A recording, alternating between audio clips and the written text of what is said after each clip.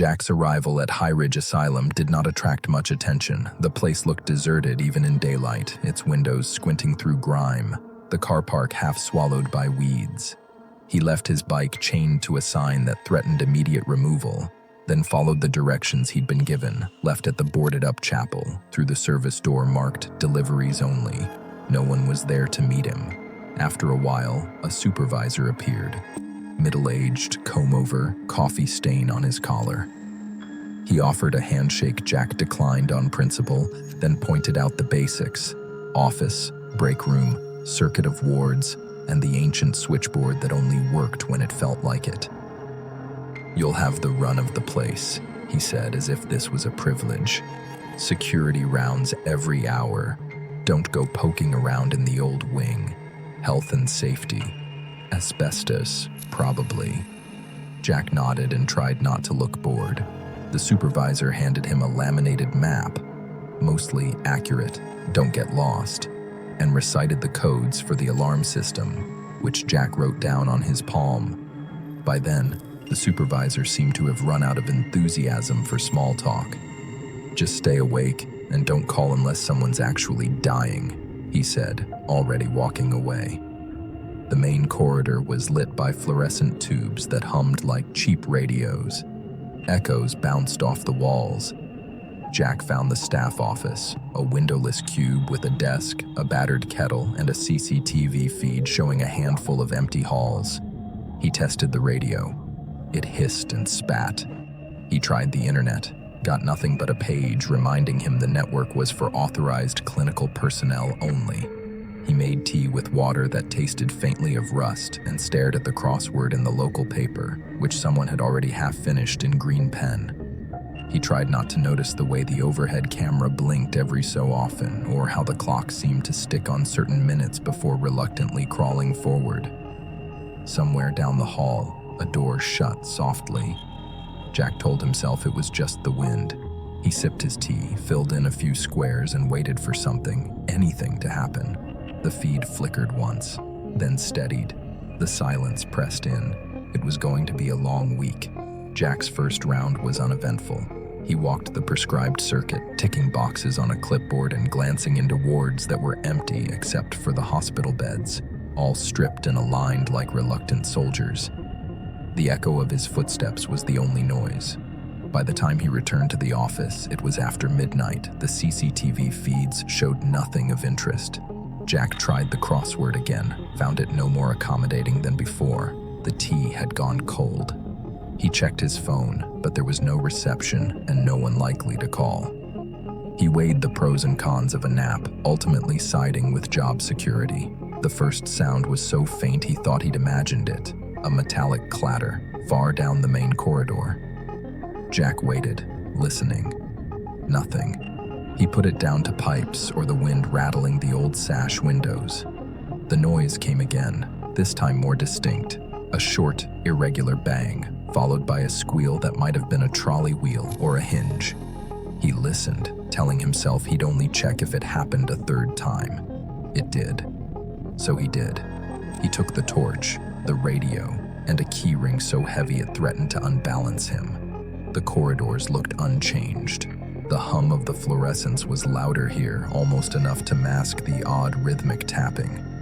Jack followed it, boots loud on the cracked linoleum. At the staff kitchen, he found nothing out of place, just a faint draft and the lingering smell of bleach. He doubled back, half-heartedly checking storerooms and broom cupboards.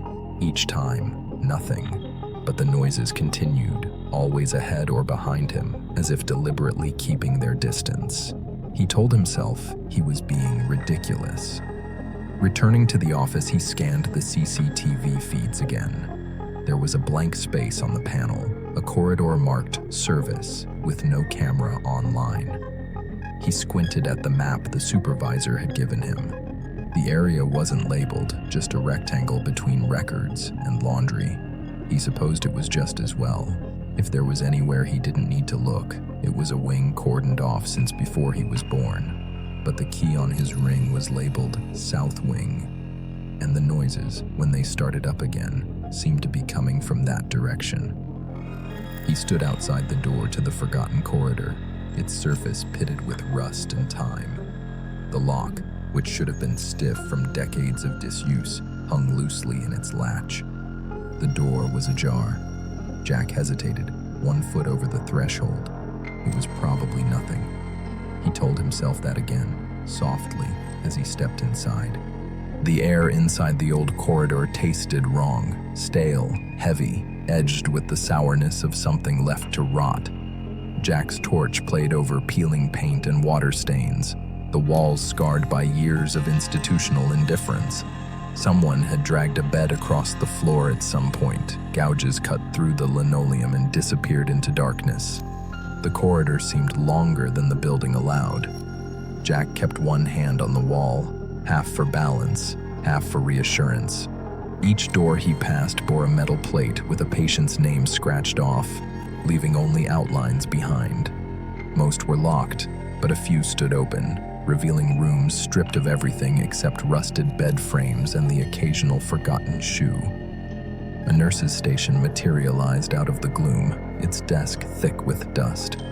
Jack ran a finger over an old appointment book, its pages fused together. The staff log was open to a week in October 1984. He flipped it closed without reading more. Somewhere deeper in, the air grew colder. He found an old wheelchair tipped onto its side, a child's drawing pinned to the wall above it. The picture showed stick figures under a blue sky. One held a balloon, another stood apart, heads scribbled out. Jack looked away. He found a drawer half open in the nurse's station, papers inside yellowed and damp. A photograph, curled at the edges, showed a group of staff in front of the building, smiling in a way that never matched the place. Someone had drawn X's over 2 of the faces. Underneath, a scrawled note, "Never again." He closed the drawer and moved on. At the end of the corridor, Jack paused. A cold draft licked at his ankles.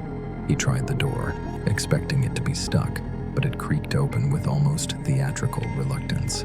The room inside was larger, walls covered in faded murals, rainbows, clouds, the kind of hopeful shapes hospitals commission and never update.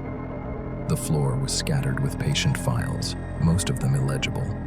On the far wall, a message carved in childish handwriting, "Let us out." Jack's torch flickered.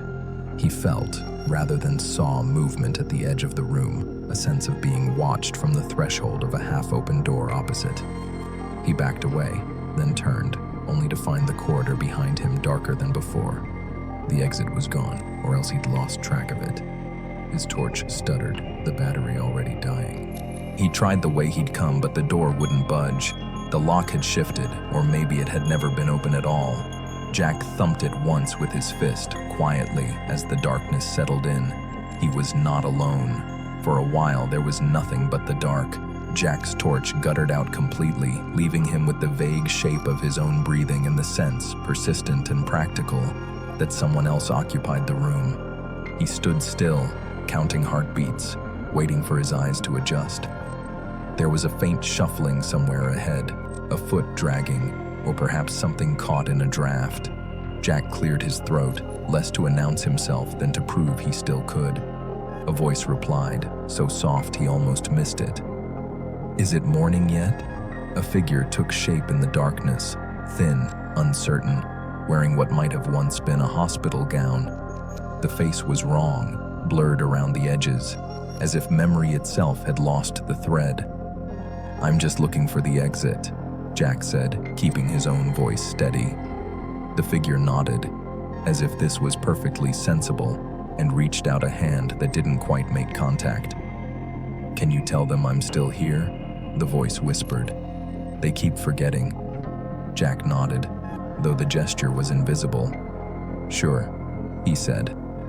Other voices stirred, brief snatches of conversation, the scrape of chair legs, a child's laugh. Jack felt the room contracting and expanding with the weight of unspoken stories, the lives once folded into these walls and left unclaimed. He pressed himself back against the door, wishing it would become ordinary again, just a locked exit instead of a question.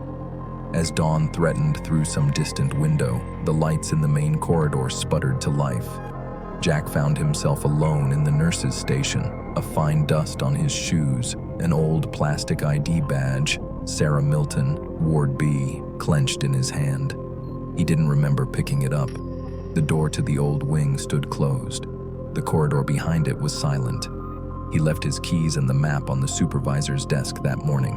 When asked, he claimed illness or exhaustion or that he wasn't cut out for shift work after all.